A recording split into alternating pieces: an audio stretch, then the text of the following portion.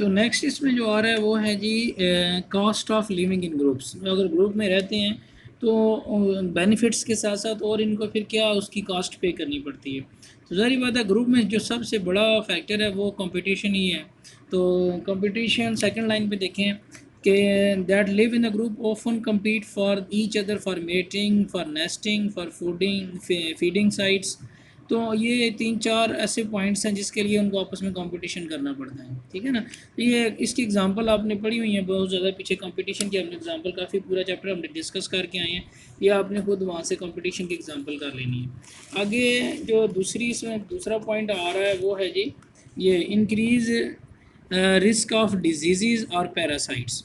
ये भी एक बात है। आप देखें ना कि जहाँ पर एनिमल ज़्यादा ग्रुप की फॉर्म में रहेंगे वहाँ पर पैरासाइट की या किसी भी पैथोजन के फैलने के चांसेस ज़्यादा होते हैं।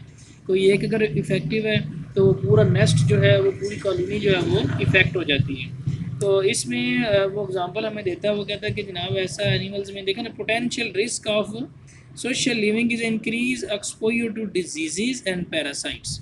अगर किसी एक में कोई पैरासाइट चला गया तो पूरी कॉलोनी में फैल जाएगा। तो बर्ड्स में ये बहुत होता है जी, ये शैलो बॉग्स और sucking the swallow bugs are harmful to the swallows in the many ways. ये बर्ड्स के ऊपर अटैच हो जाती हैं, बग्स जो होती हैं। They reduce the nesting mass, decrease the survival birds of all ages, increasing the white blood cells. उनकी बॉडी में वाइट सेल काउंट इंक्रीज कर देती हैं और उनके फेदर्स की ग्रोथ कर देती हैं, एसिमेट्रिकल ग्रोथ कर देती हैं। अब बग्स जो हैं ये स्वालो बर्ड्स हैं, इनके ऊपर जाकर अटैच हो जाती हैं। अब ये किसी एक में पहले ये एज पैरासाइट जाएंगी, किसी एक में जाएंगी तो फिर उसके बाद वहाँ पर वो सब में फैल जाएंगी। Colony size is correlated with the higher level of glucocorticoid hormone. ये भी हमने पीछे में डिस्कस किया था कि कोई स्ट्रेस रिस्पॉन्स होता है उसमें ग्लूकोकॉर्टिकॉइड हार्मोन रिलीज होता है, जिसके नतीजे में फिर वो उनकी सारी एनर्जी जो है ना वो इसमें लॉस हो जाती है।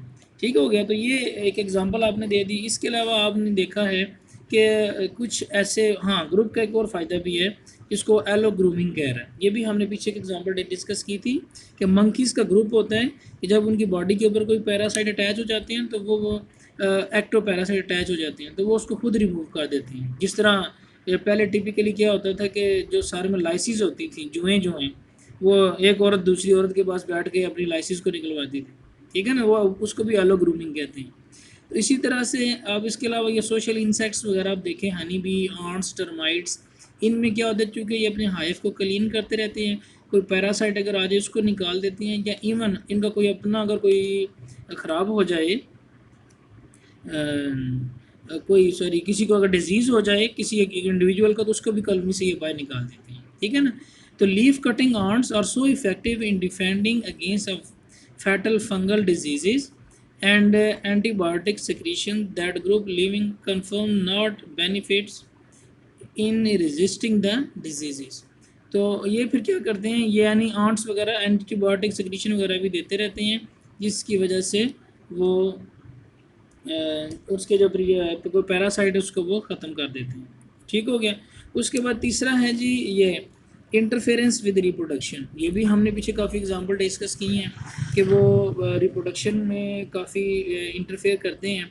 अब इसमें सम टाइम उनको फ़ायदा भी हो जाता है और मोस्टली इनको लॉस होता है कि मेटिंग में वो उनका इंट्रा स्पेसिफिक कॉम्पिटिशन जो आपने पढ़ा था या कॉन स्पेसिफिक कॉम्पिटिशन वो बहुत ज़्यादा हो जाता है।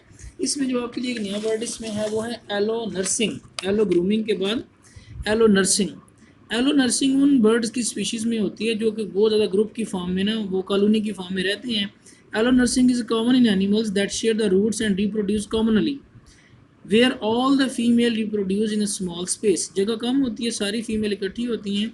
एलो नर्सिंग का मतलब है कि एक एनिमल जो होता है या एक बर्ड जो होता है वो दूसरे के बच्चों को भी फीड करवाता है। Feeding young that are related और the feeding the offspring of the mother that will later reciprocate. Reciprocate का मतलब है कि पहले वो खिलाएगी उसके बाद वो उसके बच्चों को खिलाएगी। ठीक हो गया ना। सम टाइम ये मिस्टेकनली हो जाता है जिसको हमने ब्रूड पैरासिटिज्म पढ़ा था, लेकिन मोस्टली ये एलो नर्सिंग का मतलब ये है कि वो ग्रुप में रहती हैं तो वो एक दूसरे को बच्चों को फीड करवाते हैं जिससे उनकी रिप्रोडक्टिव सक्सेस इंक्रीज़ हो जाती है। ठीक हो गया जी। ये जनाब यहाँ तक आपका